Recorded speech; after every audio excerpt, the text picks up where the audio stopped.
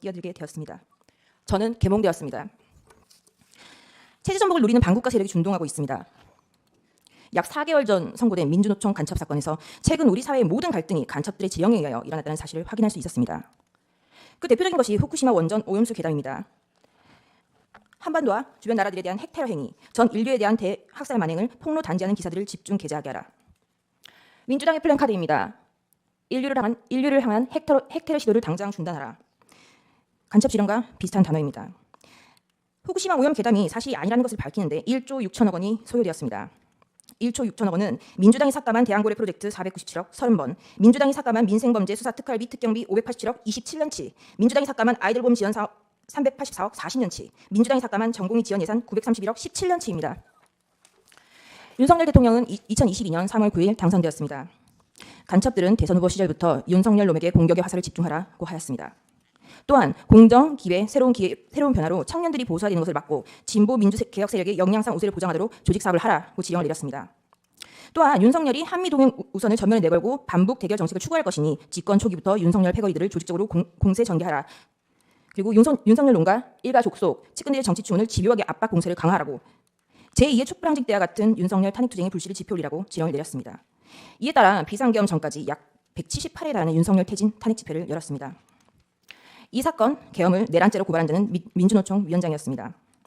그리고 2025년 2월 21일 며칠 전 이재명은 민주노총을 찾아가 민주노총은 탄핵 사태 때 가장 큰 역할을 하였다고 감사 인사를 하였습니다. 간첩들은 국회 진입에도 적극 개입하였습니다. 진보당과 연대하라. 정의당의 당 지도부를 장악하도록 밀어주라. 한편 문재인 정부는 박근혜 정부의 계엄 문건을 친위 쿠데타로 몰아 2018년 기무사령부를 해체하였습니다. 104일 동안 200여 명을 조사했지만 내란 음모는 전원 무혐의 종결 처리되었습니다. 민주당이 지금 하고 있는 내란몰이를 예행 연습해 두었던 것입니다. 나라를 위하여 헌신했던 군인들에게 모욕과 고초를, 간첩을 잡는 방첩사업 업무를 질적 저하를 야기시켰습니다. 또한 문재인 정부는 박지원 전 국정원장은 2020년 국정원의 대공수사권을 폐지하였습니다. 민주당은 자신들에게 국민이 부여한 대정부 견제권이라는 것을 앞세워 지금까지 총 29차례의 탄핵을 발의하였습니다. 계엄 전까지 22차례, 계엄 이후 22일 동안 7차례, 수사 방해를 위하여 검사에 대한 14차례, 언론 장악을 위하여 방송통신위원장 등의 6차례의 탄핵을 발의하였습니다. 지금까지 단 한 차례 인용은 없었습니다. 이상민 전 행안부 장관은 헌정 사상 최초로 탄핵된 국무위원입니다. 이태원 참사가 일어나자 간첩은 민주노총에 지령을 내렸습니다.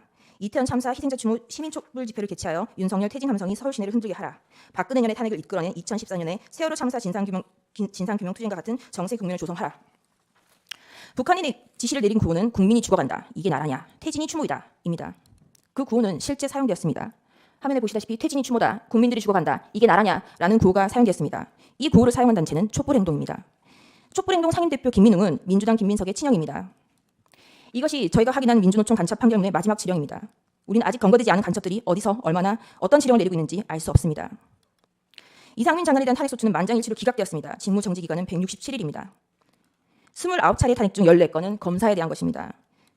제1차 검사 탄핵입니다. 헌정사상 첫 번째 검사에 대한 탄핵입니다. 이날은 이재명의 백현동 대북송금 의혹에 대한 영장 체포동의안 표결이 있었던 날이었습니다. 이날 민주당은 국무총리 한덕수에 대한 해임 건의안 그리고 검사 안동환에 대한 탄핵 소추를 맞불로 상정하여 가결시켰습니다. 검사 안동환에 대한 탄핵은 기각되었고 직무정지된 기간은 251일입니다. 제2차 검사 탄핵, 검사 이몽석, 검사 손준성, 검사 이정석, 검사 이희동, 그리고 제1차 방송통신위원장 이동관에 대한 탄핵을 23년 11월 9일 발의하고 철회하였습니다. 이 중 검사 이정석은 이재명에 대한 쌍방울 대북 송금 사건, 법화 유용 사건을 수사한 검사입니다. 2023년 12월 28일 제3차 검사 탄핵, 검사 손준성, 검사 이정석에 대하여 그리고 이동관 방송통신위원장에 대하여 탄핵 소추를 다시 발의하였습니다. 그리고 방송통신위원장 이동관에 대한 탄핵 소추는 철회하였습니다. 그 철회 사유는 방송통신위원장에 대한 탄핵 사유를 검찰청법 위반으로 탄핵 소추한다고 하여 황급히 처리한 것입니다. 이 탄핵 소추안은 고민정 등 168인 등의 발의로 제출되었습니다. 민주당의 탄핵 소추권은 이와 같이 사용되었습니다. 최소한 탄핵 소추안을 쓰는 성의조차 없었던 것입니다. 그리고 그 다음 날 2023년 11월 29일 방송통신위원장 이동관에 대하여 세 번째 탄핵 소추를 발의하였습니다. 이동관은 20일 사이에 3번이나 탄핵 발의를 당하였습니다. 탄핵이 가결되면 직무집행이 정지되어 방통위 업무가 마비되므로 이동관 방통위원장은 결국 사의를 표명하였습니다. 이와 같이 무성의한 장난 같은 탄핵 소추 발의와 철회, 재발의에 대하여 국민의힘 소속 의원들은 국회의장들을 상대로 심의 표결권을 침해하였다여 권한쟁의 심판을 청구하였으나 각하했습니다. 결국 검사 손준성과 검사 이정섭에 대한 탄핵 소추는 가결되었고 검사 이정섭에 대한 탄핵 소추는 탄핵 사유 대다수가 직무와 무관, 특정되지 않아 전원일치 기각 결정이 내려졌습니다. 직무 정지 기간은 272일입니다. 제4차 방송통신위원장 탄핵 2024년 6월 27일 방송통신위원장 김홍일 탄핵소추 발의되자 자진 사퇴하였습니다. 제4차 검사 탄핵 2024년 7월 2일 검사 박상용, 검사 강백신, 검사 엄희준, 검사 김영철에 대하여 탄핵소추 발의가 있었습니다. 검사 강백신은 이재명에 대한 대장동 백현동 사건을 수사한 검사입니다. 검사 엄희준은 이재명에 대한 대장동 백현동 사건을 수사하고 이재명에 대한 구속영장 청구를 한 검사입니다. 검사 김영철은 민주당 전당대회 돈봉투 사건을 수사한 검사입니다. 검사 박상용은 쌍방울 대북 송금 사건의 수사 검사입니다. 검사 박상용의 탄핵소추 사유입니다. 민원인 대기실 바닥에 설사를 하고 벽에 대변을 발랐다. 이화영에 대하여 이 보이는 영상 녹화실에서 연어회와 종이컵에 소주를 따라주고 진술을 회유하였다. 이재명에 대한 대북 송금이 표적 수사라는 것, 그리고 그것이 탄핵소추 사유였습니다. 당연히 이화영의 주장은 항소심에서 모두 배척되었습니다. 2024년 7월 25일 제5차 방송통신위원장 직무대리 이상인에 대한 탄핵소추가 발의되었고 다음 날 사의를 표명하였습니다.